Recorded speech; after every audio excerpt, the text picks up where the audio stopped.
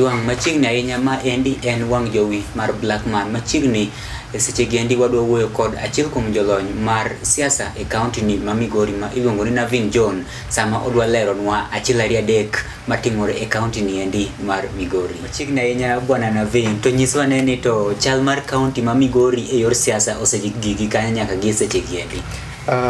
Erokamano wuod Tsunami, kaachiel gi studio mar Blackman TV kuom bedo koda odhiambo masani, en mor makende. Ne joma neno aka, aliluonga ni Navin John, awuod Oruba, onyuol Oruba, dongo Oruba, Suna West constituency, Migori County. Kijana ne joma ong'eya asebedo youth leader marang'eny chakre campus nyaka sani.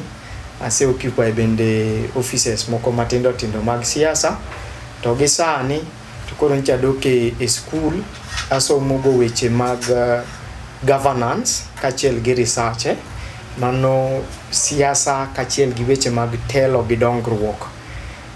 Omiyo achalo expert, an expert makanyo, to siasa ma Migori ni bapa na asebede iye moromo ma ber ka koro wago e mbaka midhiambo ma kawuono miluonga ni. Okay, erokamano ahinya. To ka wadok chien, ne isebedo ka iringo ga e pap e yor siasa kendo in ga gi lony e weche mag siasa, aseneni kuonde mang'eny, to nyiswa ni to chal mar kaunti ni ochopo gi kanya nyaka gi seche gi kwachako gi piny kocha. 2024 apani ne jopiny odhi ogo kura 2022, watieko mano wadonje 2023, kendo sani koro wachako 2024, which means jotelo mano yiero osebedo giga achiel gi nus mar tiyo. To ka wang'iyo okang' ma kaunti wani osegoyo nyaka ne yier gavana kaachiel gi wajumbe, aneno ni tich osetire maber, nikech higa achiel be otin, ok inyal judge go ng'ato pod odong' gi higni moko adek ang'wen, but so far so good. Aneno ka wajumbe tiyo, aneno ka kaunti tiyo, kendo jotelo gi duto te dhi maber, mak mana ni nitie ng'ikruok moro matin, nikech yudo ka pesa nitie kaka dwa deko ne both wajumbe kaachiel gi governor kaunti, ma samoro nyalo duoko dongruok ma onego bed ni gikelonwa kaka jopiny chien matin. Tapani mano siasa en shida maduong' ma kata ker nyocha ne acknowledge injo kawo nyaka pesa governors odhi ochulo go Eurobond. I made to understand ni kata kaunti wa Migori ka noyudo last disbursement mar pesa gi dwe mar 11. Apani mano samoro nyalo thiro dongruok, but so far okane ka nitie ng'ikruok ahinya nyaka ne wago kura nyaka sani kama dongruok ochope. Asante, erokamano ahinya. Bwana Navin, iwacho ga ni si kata governor Ochilo Ayako osebedo ka complain kata ka exclaim ni pesa disbursement mar pesa kawuok e national government osebudho. To waneno ka achiel ariyo adek dhi mbele, inyalo paro nade nitiere sponsors moko ma miyo ga Ochilo support koso nitie kaka oyudo funds, nikech governors osebedo ka ywak sama tin waneno ka gine bura koni gi koni ni pesa onge, to dongruok matindo tindo be waneno ka dhi mbele. Ni to governor nigi plan mane ma jomoko to onge go ma nyalo timo? Wood Tsunami, aonge office of the governor, but wan joma osomo governance, so we know in whatever is happening in Migori, dongruok matin tin mwaneno go is because apani jo Migori no make a good choice in terms of governor. Governor king'iyo CV mar Dr. Ochilo Ayako olach, en gosiepe mang'eny, en gi knowledge mang'eny, en gi networks mang'eny. Taparo ni staff bende ne en go makare momiyo gitimo gimiluongo ni proper planning. So proper planning means ni ka pesa cha obiro kato tin maromo nade, to gi prioritize areas ma important ne jopiny, especially aseneno county waka since 2022 ineno ka governor nodwa prioritize health Yeah. To chako biro chako prioritize infrastructure. Nderni kidonjo iye ka kiwuotho Migori County last year niyudo ka ndeche mang'eny choyaw kata wan Joruba ka ndeche choyaw kabisa, omiyo sani jowuoth jopiny nigi yot mar wuotho. Ichaka neno kendo ko upgrade hospitals. Ncha aneno gige mancha ne oketo social media departments mag health iyudo ka ogero almost 26 health centers mano nosegero within a period of 1 year. Wan kaka Suna West kan waneno ka hospital maduong' ne Nyamaraga piny oyie nochako yawe kar maternity. So it comes down to proper planning gi legacy mapani governor dwani owe. Taneno ko prioritize health, o prioritize education, then o prioritize infrastructure. Nikech kata mana education last year governor nomiyo almost 30,000 students bursaries. Achaka neno ko chako okelo gimilongo ni governor merit grant ma miyo nyithindo manigi almost 300 students mano benefit kanyo. To chako biro mo chako ochiu kendo bursaries ne TVETs. So from my analysis aneno ni governor o prioritize areas modwana we legacy ne. So through proper planning with the assistance of the necessary chief officers the advisors mage aneno ni priority emoketo kare emomiyo kata funds tin to oneno kako balance o prioritize miyo jopiny nyalo feel dongruok manitiere achiel ariyo. To ka wadok chien nitiere ywak ma osebedo ka timore e osiptendewa, nitiere yedhi moko ka oter kanyo to ikao iuso kuonde moko. Un kaka in Navin ere in paro mane kata wach mane minyagolo kaluwore gi claims ma osebedo ka wuok ni kaka jok man mbele?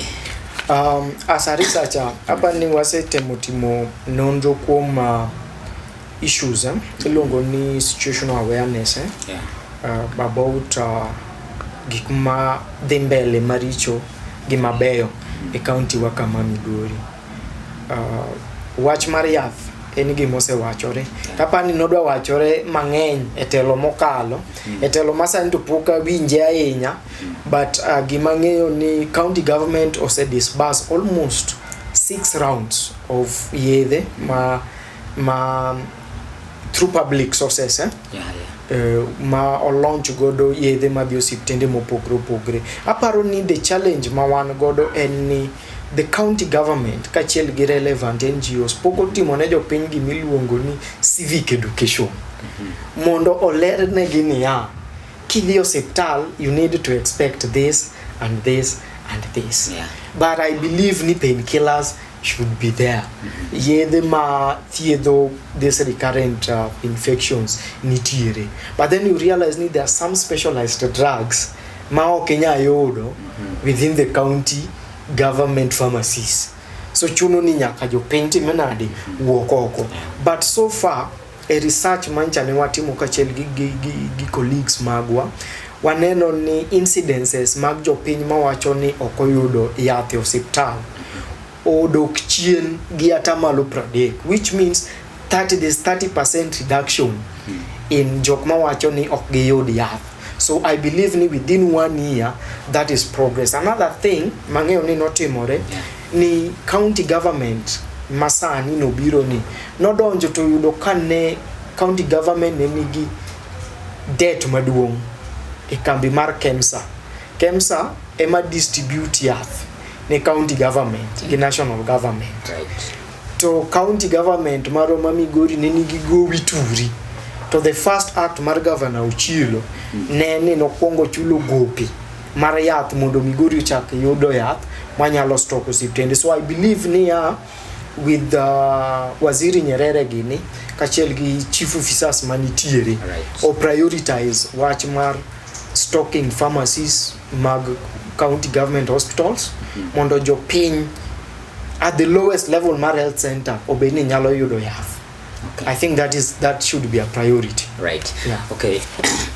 Serikal mar governor Ochilo Ayako waneno ka ng'enyne o prioritize weche mag thieth, o prioritize weche mag pi gi weche mag somo to ahinya weche mag pi wanenega kodhiga kuonde areas mopogore installation of water projects are so many.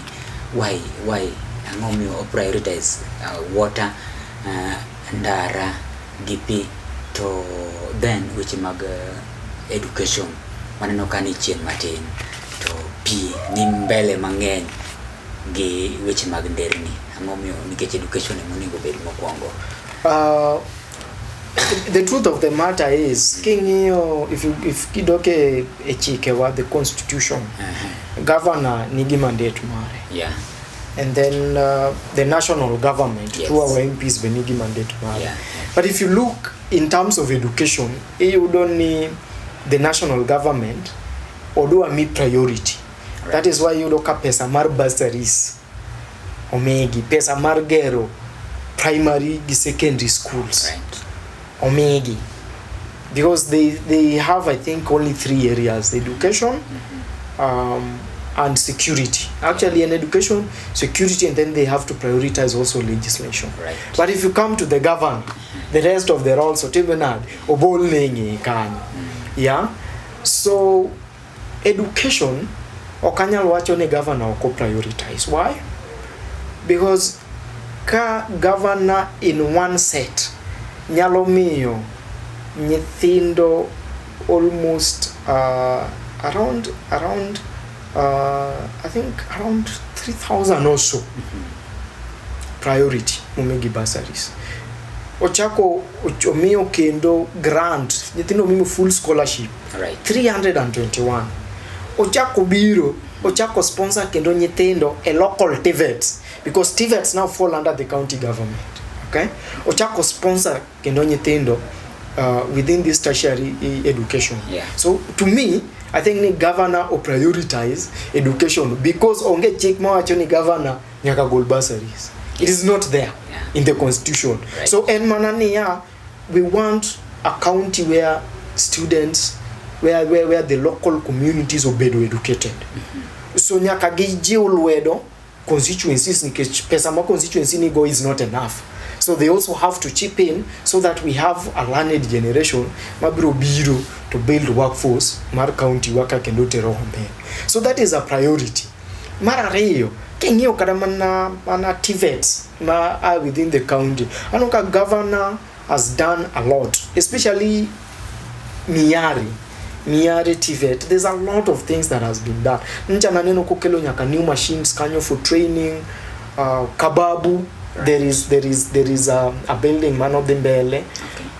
Then wange governor gero ECDs, yeah, for early childhood. Governor Uchilo apani so far buildings mostly complete are around 105 ECDs. You know, Masona West, where I come from, already nigi around 12 ECDs mogero. Uruba Keyo nika, Uruba Keyo, Uruba Primary nika, you know. You move across Sona West, already 12 within a span of 1 year. That tells you quality mogi this 12 every year. Then Wadibedogi ECDs, the highest number of ECDs ma otim compared to the previous government. In fact, if you do their calculation, they never built more than 200 ECDs. To Governor Ochilo, already within a span of 1 year, has done over 105 plus ECD. So hapa no prioritize education. P nyake prioritize because Migori County wange ki work Suna West gisuna East giuriri kidok mwalo wanyatikeka ene kamoto. Okay. And then we don't have a system maji yudogo pipe to water. So the only way midwa konyogojo pain gemene ginyithind school nikech gine magidhi yomupi is to ensure you sink boreholes at the community level, tiketo water kiosk majo penya lo de in the neighboring areas mondo timenade mondo kunpi. That is also another mandate nikech mjumbe oknyal dhi kunyupi eno nyalo mona kunyupi. And I'm glad ni county government under Dr. Uchila yako hapa ni has done a lot, around 21 boreholes mane osebedo sang. Sani kane poka donjo kodie program aneno ka market manjego bende ikunyo ne pinyo cha ni kunyo pimoro east. So I believe ni within 4 years, apart from piped water, wadhi bedo ni you cannot walk more than 3 kilometers kidhi manyo pi. Erokamano ahinya. Bwana Navin, waneno ka paro nitiere e county ka kendo paro maler kalore gi gik ma ikonagi. Debed ni magi mana weche koso adira mane wechegi. Nikech gimomiyo penji mano, wan gi MCS to governor is the president of county. To MCS gi wach ni gin kaka member of parliament.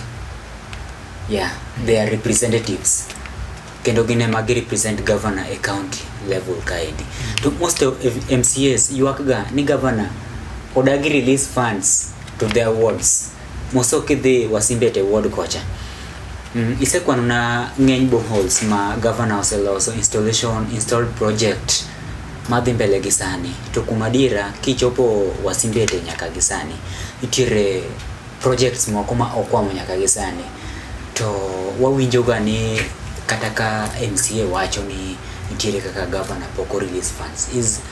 Is there any truth on that? I do not speak for the county government, but having consulted partly for the county government in terms of issues mag development and also on issues mag policy, this is my understanding. Yes. Nyocha on Saturday ne wan kababu kai kesi do Dr. Chila yako gi jodong suba to MCA ma Wasimbete musiepna na winjo kaka no we abendi ijafwamba ngeni ne kanyo no ka winjo ko wacho ni ntiere kama kaka funds bedo delayed. I think what is happening is this structure mane no ketnwa gi the constitution nigi limitation, and it is something manyaka we appreciate. Ege momi kada jine pingo BBI, I said no, we must support BBI because BBI ne biro ni MCA ne di biro money ward development fund. Kaka wajumbe nigi CDF makoro MCA koro nyalo decide ni akunyi pika ageri sidika atimma, but the current structure wacho ni it is the governor emanigi mandate mar kelo development to that level mar ward through the MCS, which means ni the MCS nyaka bed gi their own agenda. Wasimbete wadwaru school, wadwaru ECD kama wadwaru pika wadwaru pika kama they know they to present mano, and then the necessary departments or ministries bedo pay, they draft a plan and they prioritize what they me pig in magima. That is well distributed, but I think ni MCA benigi mandate because you have to lobby for a project. Nikechko kibiro minyisa ni ni gwengacha oremo gima kama okabingeyo because anyalo ngeyo moko ma superficial but okabingeyo ma deep. For example, okabinge gima ore olak, right? Dongi okabingeyo gima jumbo olak, but for the status, let me say, I think jumbo governor ogere ECD. So that is something mwanyalo kwano. There are a number of water projects in Wasimbete. The challenge manitiere any when you have a leader who is not aggressive enough, then you realize ka ni ntikaka odokshi. So and I urge your pain go to MCA, call your MCA and tell them we need you to prioritize this project. When the bendo tell you work on more specific in the county government, when the governor utimenade make sure need that project utimenade chopo, because at the end of these 5 years MCAs the bureau get projects more team. So ko kilobi for your project your penny bro ni kangama ukotisho. That is one. Two, another challenge any MCAs so do acknowledge projects more can make. Right. They don't want to publicize ni this polling station na lobby numa oyodo gin ko se biro to giwuok gido gidhi ginindo giguri. So it is also another thing that is affecting us. But how I wish ni kaka jo Wasimbete de ulema ne your area MCA office to share code mondo teriwa kumalo. But jopinyi wak ni MCA is so aggressive that he can't understand the electorate. I think mana bro wenejo wasimbete mondo gin mana giero jatelo ne gi strength jatelo gi weakness jatelo, right. So I'll leave them to that, but the fact ni wakwan all those projects is enough to tell you ni pesa work from office mamalo to trickle down to the ward level. So that is something ma appreciate kata nderni hapa ni ncho yao kabisa. We can all agree on that. Thank you. Yeah. Bwana Navin, what is the current state of county politically? The state of politics in the county ochwakore tekako ananoko chie, but I will take us back to when our leader Baba Raila Molo was in Migori. Yeah. No, actually, I don't want early campaigns. I don't want early campaigns. So how I wish ni we could all respect Baba. Mondo jatelo ka jatelo mano yer omi time ne otitije mondo jioro mbele. But ango mi paro ni iparo ni ango makelo siasa kata campaign ma ohiu kama endi? Okwanya wacho ni en siasa mane, but wanya wacho ni a governorship ka. Because initially ne wa Mark emngama ne beto se idwa golo interest mare, but koro now we are witnessing kaja od bura Masuna West bende dwano golo koke. So each and every leader has a right marchung, and iwacho ga ni the early bird catches the worm donge. Iwacho ni wuoth makinyi chak pang kawuono. So we cannot stop leaders. However, we kaka jopiny dongruok oluoro koko, omiyo sama koko igoyo mang'eny to means ni jotelo ma are in that kind of contest ok they pay attention ni duties and responsibilities. Right.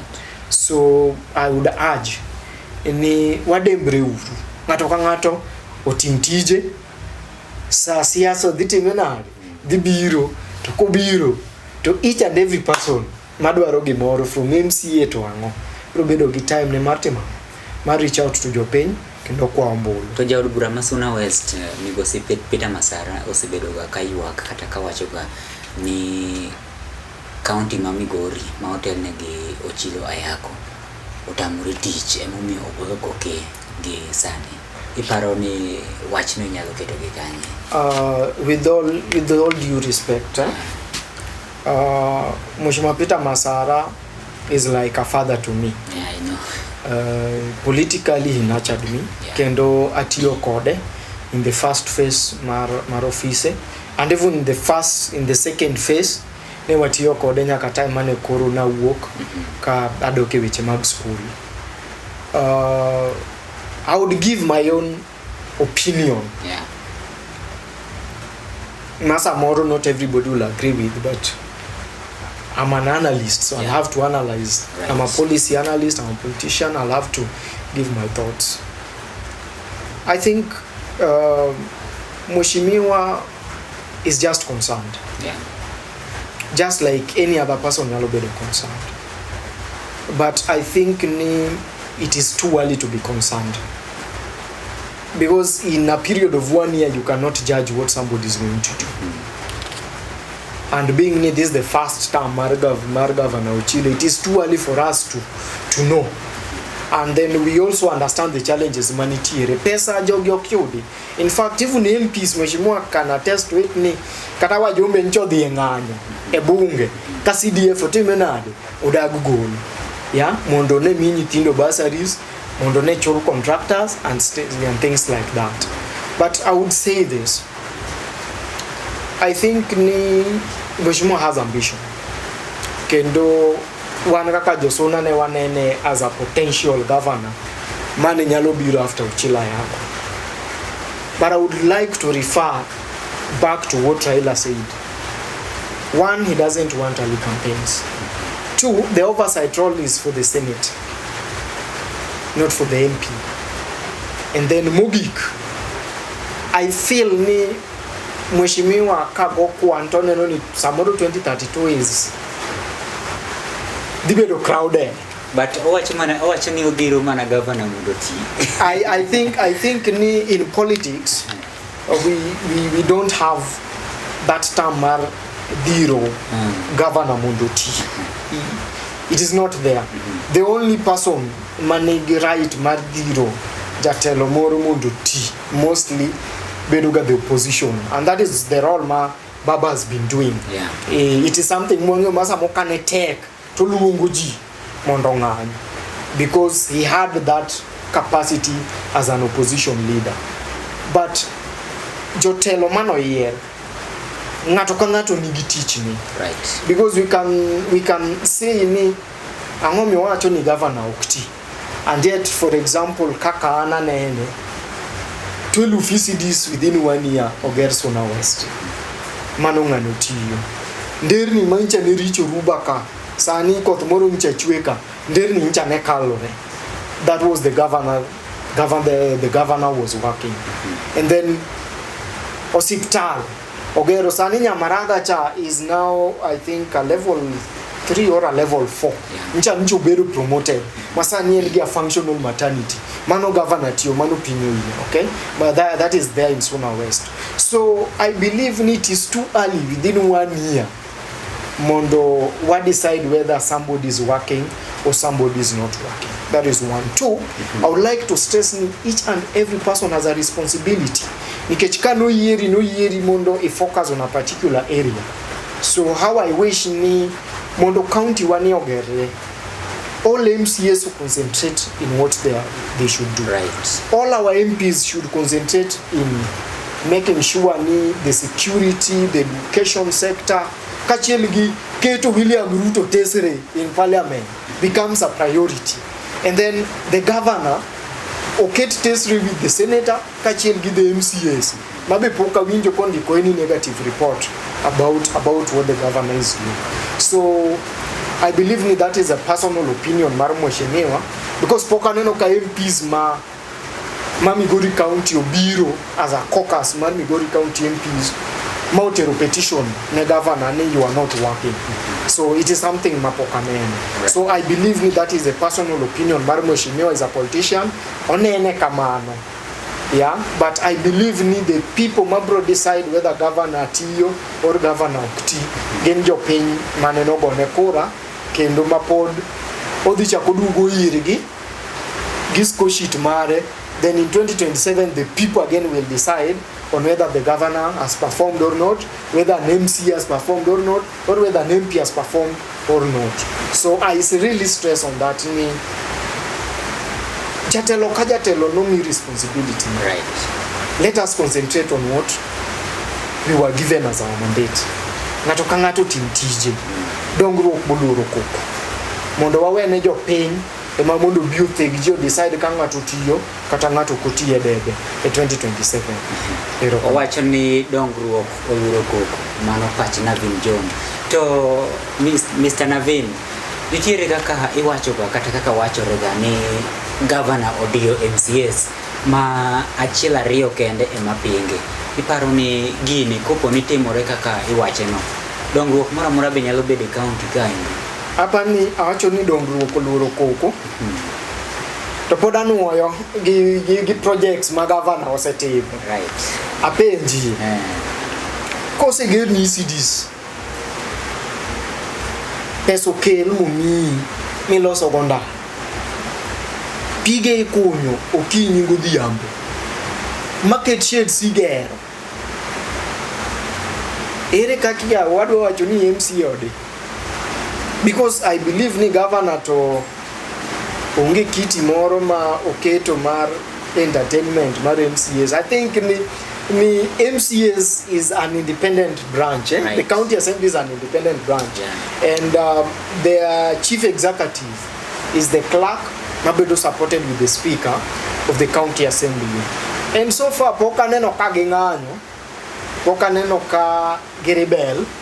Maybe achiel ariyo manigi interest nikech ni siasa to nigi interest, but I believe a majority of these people, of the MCAs, are working hand in hand with the governor. Egi momio we are delivering this project, because remember the MCAs are responsible for doing the budget. In consultation with the executive. Toka jogi nyalo kalo budget. Matije chak roll out. I don't think there's a problem. Unless ni ngato nigi a personal issue ne. So if you have a personal issue, I would urge jatelo no to dio bed pengi governor. Gimadh chai mondo they sort it out.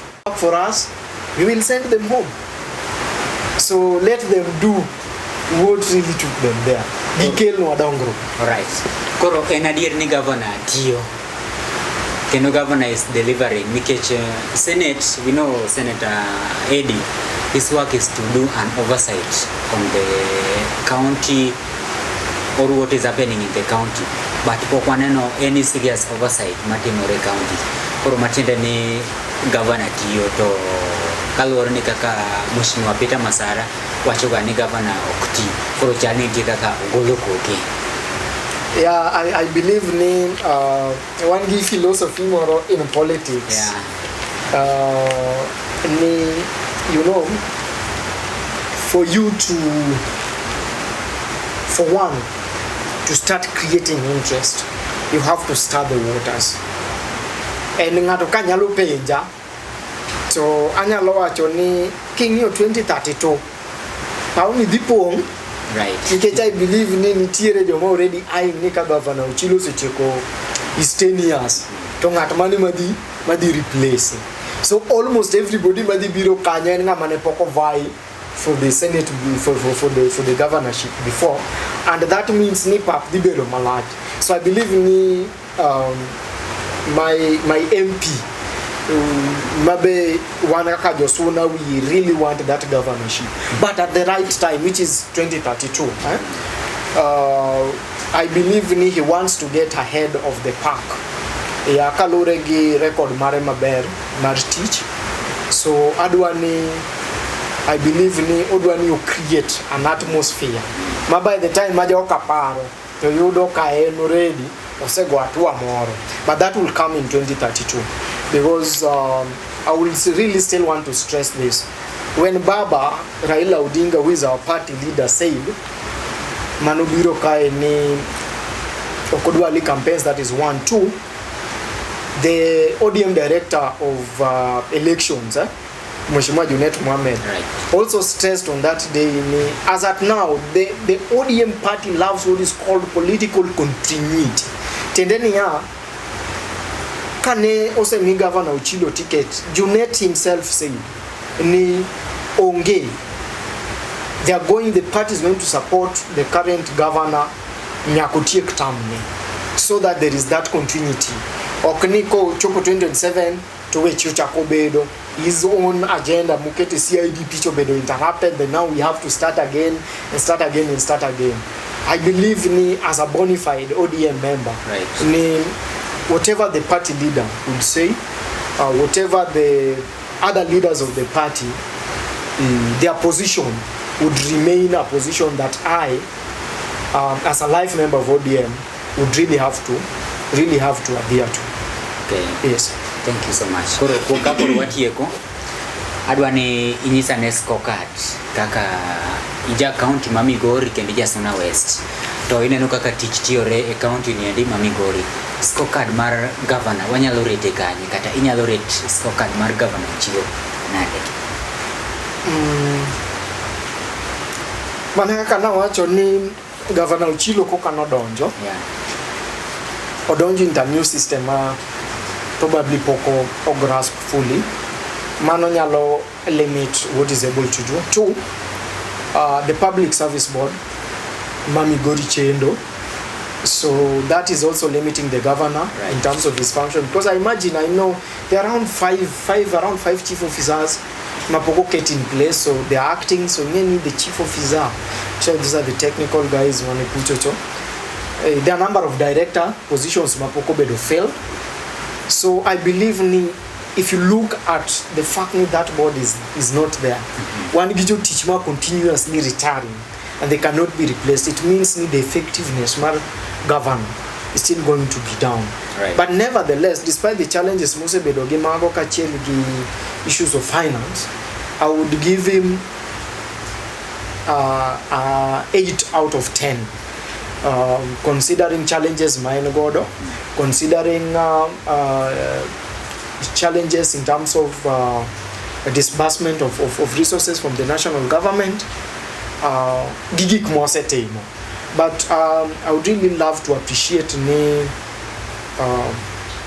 the governor is very focused. I think bottom line, I see the governor is very focused. He knows ongeyo gima odwano timne Migori County.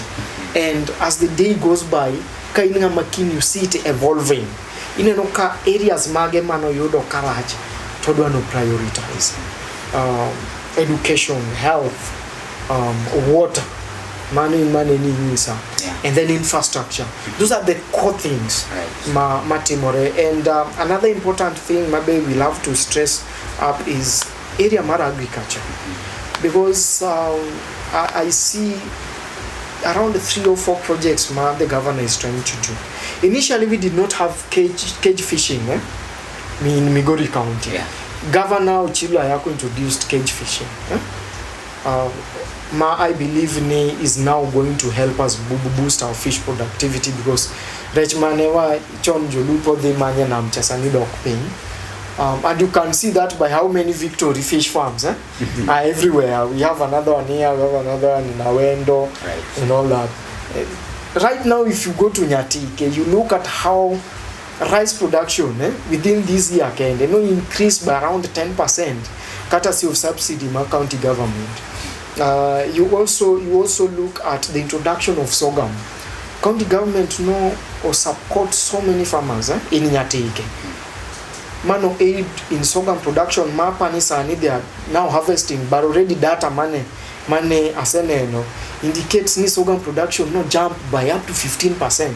And you see that means Nyatike mano kaka moto is now turning into an agricultural hub. Rice nchele ipido kacha sanikuro kendo sorghum odonje. Another thing mabe now minji kodikanye and soya. Yeah. So we are looking at Migori being an agricultural center. And then if you go to places like Uriri and partly Sunes Gesona West, they are facing out Ndawa. And they're introducing beans. Beans. Because Ndawa, okay, internationally it's becoming a problem. But make sure any farmers manepido Ndawa, saninga lopido beans, ilongoni nyota beans. Mapani around 1,000 farmers no se bedo enrolled. So looking at the vision Magavana Nigo, I think Odwani will turn Migori into an agricultural, manufacturing, and a commercial center. Because we can witness Gorofni Sani Migori Kakekalo, Gorofni every day, now and then.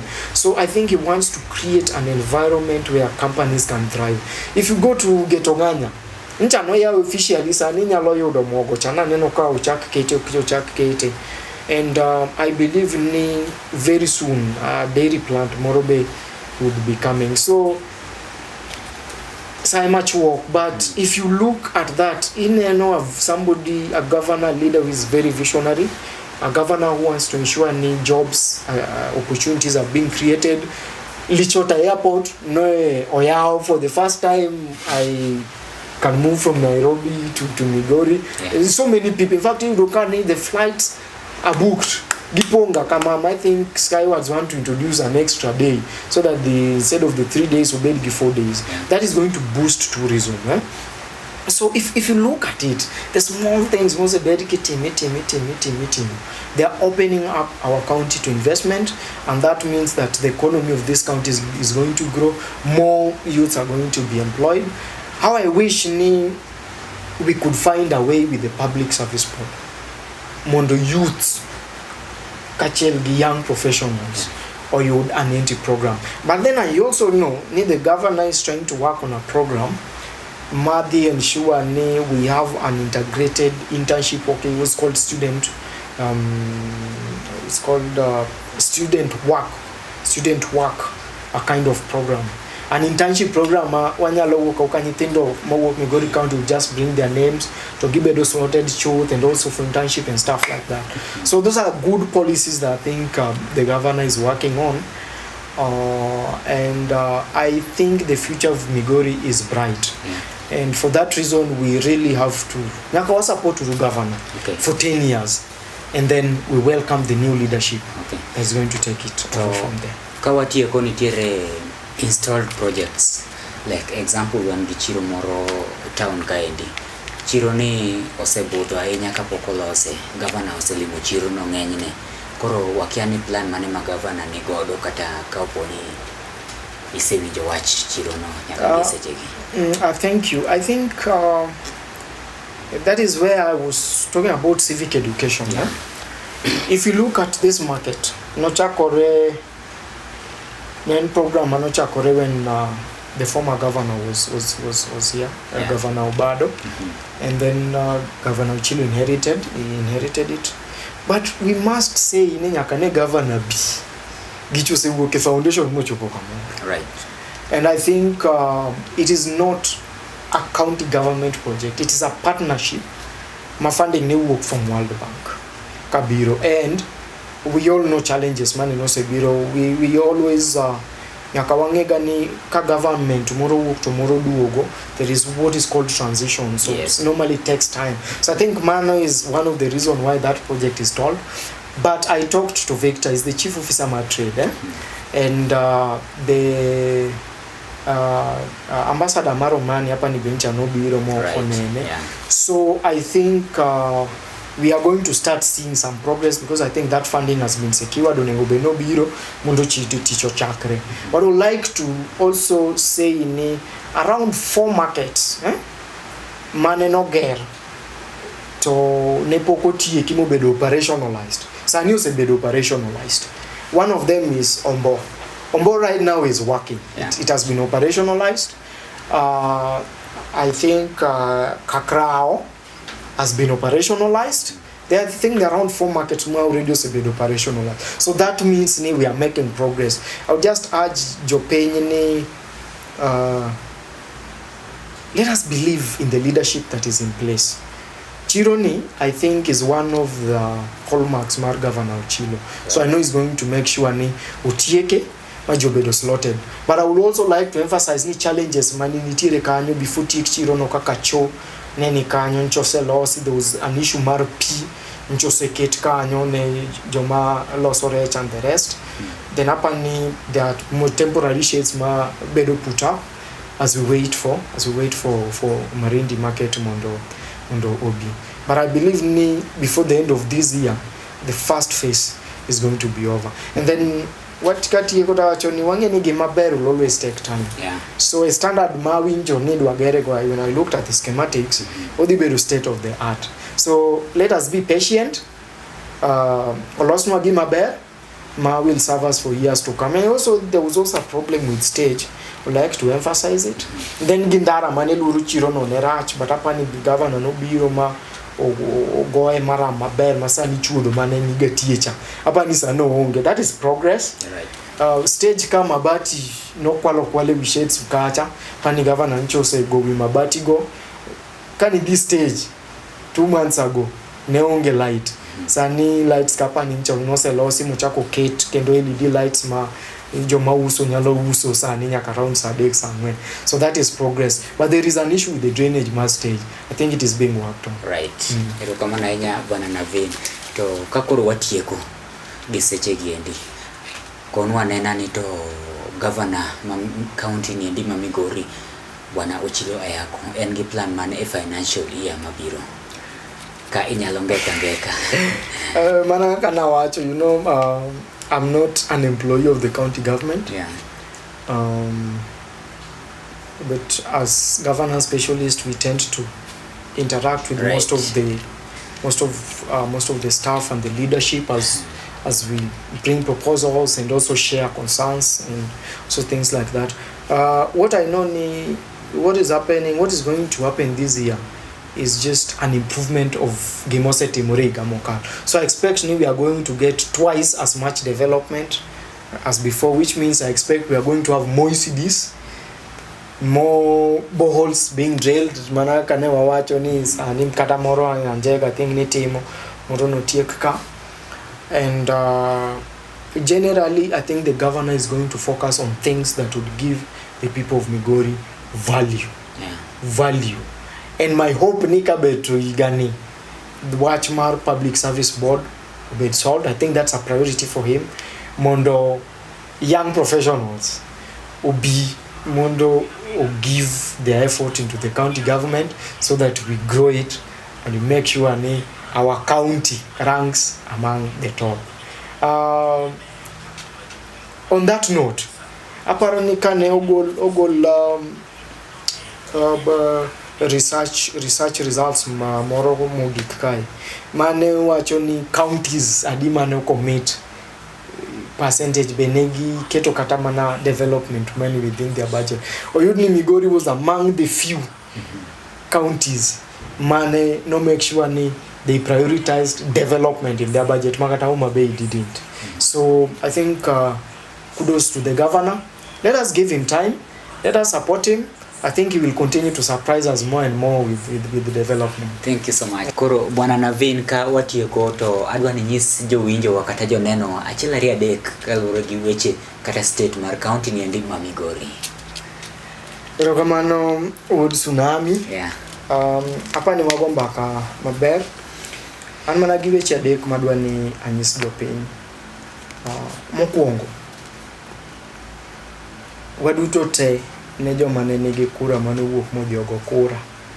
Ne wawuok oko dwe mar 8 mwadhi mwagocho ne jotendwa from MCA nyaka president marwa mar Raila Amolo Odinga.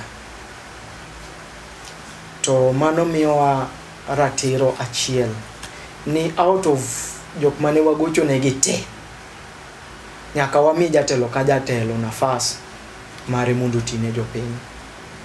Nyaka wa support jotendwa duto te mane wagonegi kura. To ka chopo 2026 2027 to wabro kao report card to wang'iyo gigo to wawacho ni jatelo ni oromo dok, jatelo ni ok oromo, en wagwe piny. Hapa ni county wa ma Migori wan giawi nikech aneno ka jotelo manwa yiero kochakre gi women rep marwa ma Fatuma tiyo nene kopogo checks ne women groups kachiel gi groups mag taxis. MCAs wa aseneno ka tiyo matek kata sani jiko kanotieko jazo forms mag bursaries. Wajumbe wa kaka Suna West ka naneno ka nosegol bursaries ma odhi ne nyithindo. County government marwa be osekelonwa dongruok ma ok wanyal pimo. Iga chiel waneno ka skunde igero, CDC gero, ndechni opa, pi kunyo kila mahali, to bursaries bende. Koro nyicha no ogol ka through MCA sapa ni dhi gol gi machiegni mondo jowa oyudi. Ma ege mawacho. Wabeduru joneno madieri. Wasupporturu jotendwa, to jotendwa bendo bed jomoluorore. Wadwa ni jotendwa mondo oriwre kanyakla jotelo tema Migori County mondo gitine jopiny gi chuny achiel. Nikech mano eka wan kaka jopiny mabro yudo dongruok maonge mibadhi. Erouru kamano, wameduru manatiyo, wageruru Migori. Erokamano ahinya nyakwara Mugajwa. Mano ne en Navin John ma en achiel kuom jodak kendo jasiasa ma county ni endi ma Migori kane okonowa chal kata state mar county ni endi ma Migori.